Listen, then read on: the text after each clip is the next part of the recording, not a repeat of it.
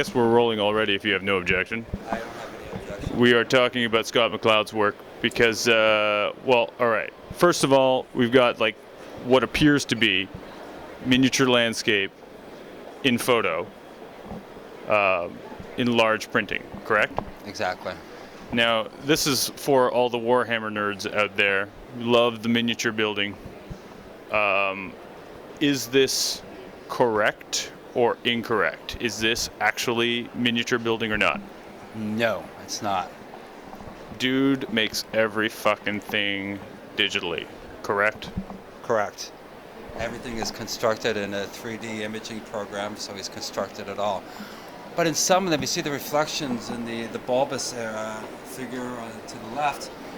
He's actually taken a photograph, scanned it, and that's the reflection he used in that piece.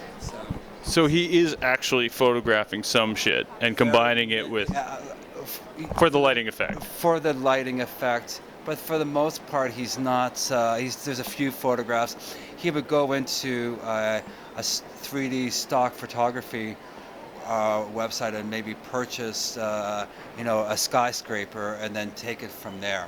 And you can see that he's mimicked it throughout the piece. So, do we call this? Okay, this is where we get into our terminology. Do we call this digital photography or digital print?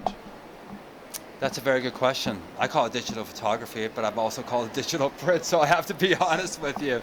But if it's made from, shall we say, animation, more like animation sources, is it actually photography? It's more of a print. It's because it's one step beyond Illustrator.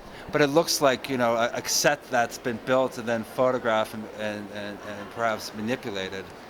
And he brings elements in it to make it look like it's a set, but because it's all composed digitally and output in a digital matter, then it'd be considered a digital print. So it's a fucking awesome lie, is what it is.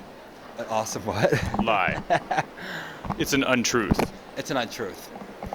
But it's at the same time it's so ultra contemporary and yet ultra baroque at the same time because it's so.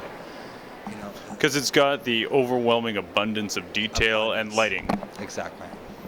For all the people out there who aren't so familiar with the definition of Baroque.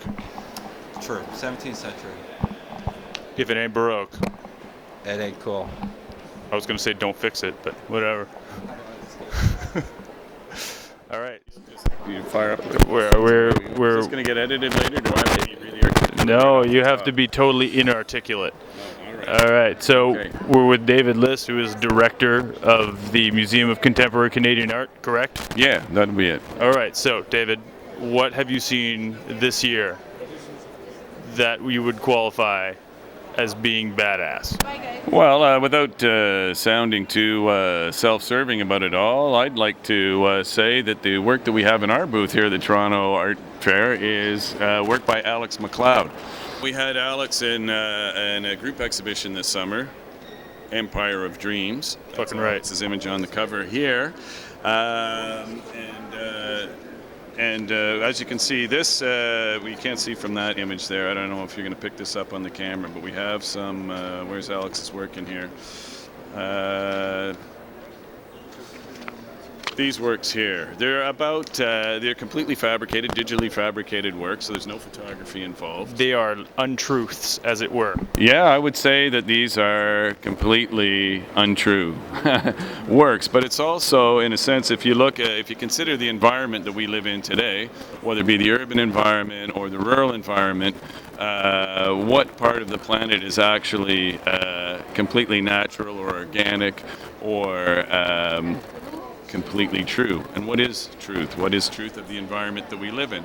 So it's about the fabrication not only of the environment but also the fabrication of the human imagination, really. Do you think, to a certain degree, though, like in terms of the visual vocabulary that he's working with, like there is a serious like model train kind of gone horribly, twistedly wrong kind of aesthetic to the lighting, to the detail in the kind of work? Do you think that's intentional, or that's just some way a Warhammer nerd can interpret it?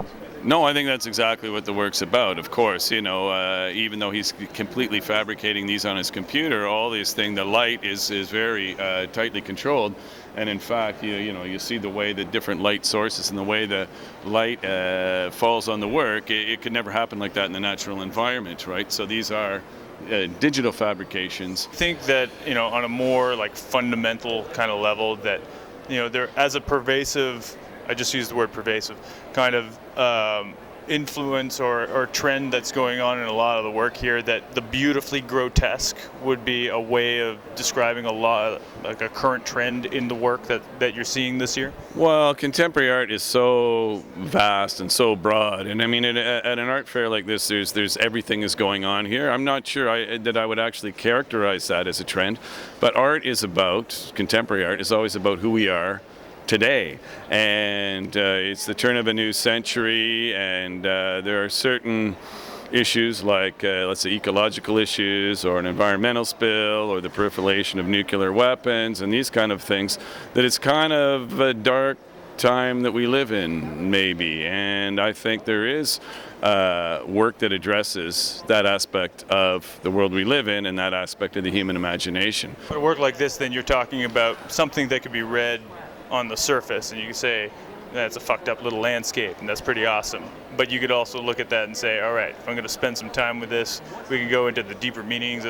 So it works kind of on two levels. It works on surface, and it works on, the deeper meaning level, does it not? Just like everything in life. Fucking right. All right, thank you, sir. Yeah, hey, thank you, man. I like your tube. Hey, yours too. All right.